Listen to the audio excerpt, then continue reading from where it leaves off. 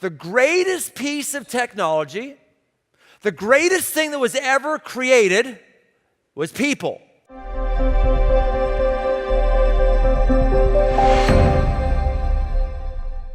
mean, do we get more of a joy over an upgrade? Is that spike in emotions equal to the spike in emotion of being around people, or even the bandwidth, the dip of grieving because we're around somebody? The book of who's hurting, book of Romans says, rejoice with those who rejoice and grieve with those who grieve. Who would say that you're a person, that I'm a person that rejoices with them, that grieves with them? This is the one thing that we get to do as humans that our devices will never do for us. Our devices will never mourn with us. They'll never rejoice with us. They'll never make us into a better person. A more informed person? Yes. A more well-read person? Perhaps. It will never make us into a better person. They'll never make us into a better human. They'll never make us into a more full-hearted, fully alive human being. Never, ever, ever. You and I are unique creations of God, and you're the best that's ever been. Nothing else is in your category that will ever come out of Silicon Valley. Ever. The next frontier of technology is actually our own bodies and what it is to be human. And that is going to accelerate at the same exponential pace that it's already been accelerating. And we're going to be able to intervene in human life. And what are we going to do when we intervene? Well, what's the promise of technology? Easy everywhere. What would it be like to have bodies and human life that's easy? Well, that's going to require getting rid of a bunch of what we see as deficits or things that make it hard to be human. Now that may sound good, like, oh good, you know, and by the way, I'm glad like I have glasses, that's technology, you know, makes it easier for me to see. So some of this is actually totally good, that we can remedy some deficits in what it is to be human. But let me tell you the shadow side of this. The nation of Denmark, for 2 years, has not had a child born in the nation of Denmark with Down syndrome. That is not because children haven't been conceived with Down syndrome. It's because we can now diagnose Down syndrome 100% in the womb. And in the nation of Denmark, every child in the womb who was diagnosed with that disorder was terminated before birth. And the newspapers in Denmark, after the first year, celebrated that Denmark was becoming a Down syndrome-free society. Now that's the promise of technology. What's the idea behind that?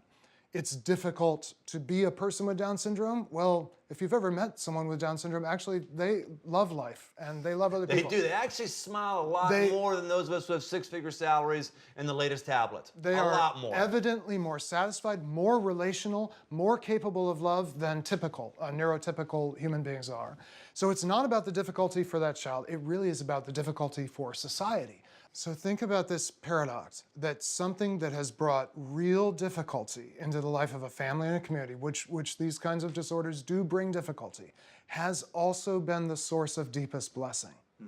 This is a total violation of the paradigm of technology, which says difficult is bad, easy is good, easy is better, let's make it easy. And our culture, I think, unless we have a real reversal, which could happen, is going to keep going down the road of easy.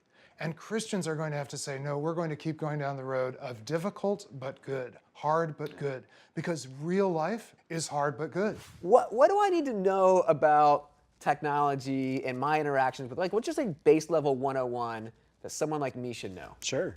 I mean, maybe that not all technology is neutral. It's not, some technology is created in a way that it will impede your progress, and other technology is created in a way that will advance it. So it's not equal playing field. In the tech world, we measure all kinds of stuff. I find it really interesting. I've got a tool that I look at a lot of times, and an actual measurement in that tool is measuring the addictiveness of your app. And that term is very intentionally used because technologists want to create products that people use. Oftentimes they do that because that's how they make money. But a lot of apps are just made to suck your time and your energy and your brain space. It sure feels that way. Yeah, yes. Right. And you don't even realize sometimes, like, wait, how long have I been scrolling through this feed? Or when did I get my phone out of my pocket? Like, you get in the trance state. Hours? Right, you're days? Not really sure. Yeah. I love technology. So we haven't talked about this a lot, but I'm a total geek. Every 5 years, I try to learn a new programming language. I love any aspect of tech I find fascinating, and I use all of it. And I use all these devices. But I want to use them as tools, not as devices. That is, things that extend my capacity, not as things that replace or diminish my capacity. Technology is, again, very good, but it's only very good when it's hooked up to becoming human, to being a flourishing human being.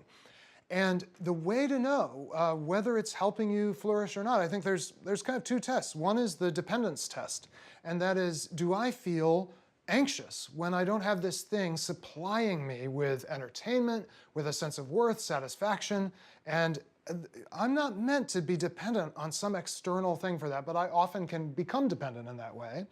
And the other big test, really, of any idol, any false god, any substitute for the good life, is what's happening to my relationships. Are my relationships getting deeper as I use this thing, or are they getting shallower? Are they getting thinner? Is it getting harder to have relationships?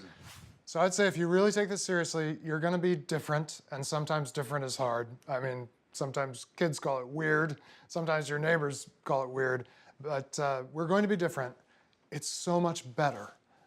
Life where, and again, you don't have to get rid of all the devices, but we just use them differently, and we're going to reclaim and restore the kind of good life that we are made for. And we can make a difference in our culture on this. There is maybe no area where our neighbors, the people we work with every day, the people we are with in our neighborhoods, are more unsettled, unsure, feel like something's not right. And we can absolutely make a difference in how our whole culture approaches this. And that means we can be part of flourishing, not just for ourselves and our families and our communities, but really the whole nation and the whole way this story goes. We can be part of a different story.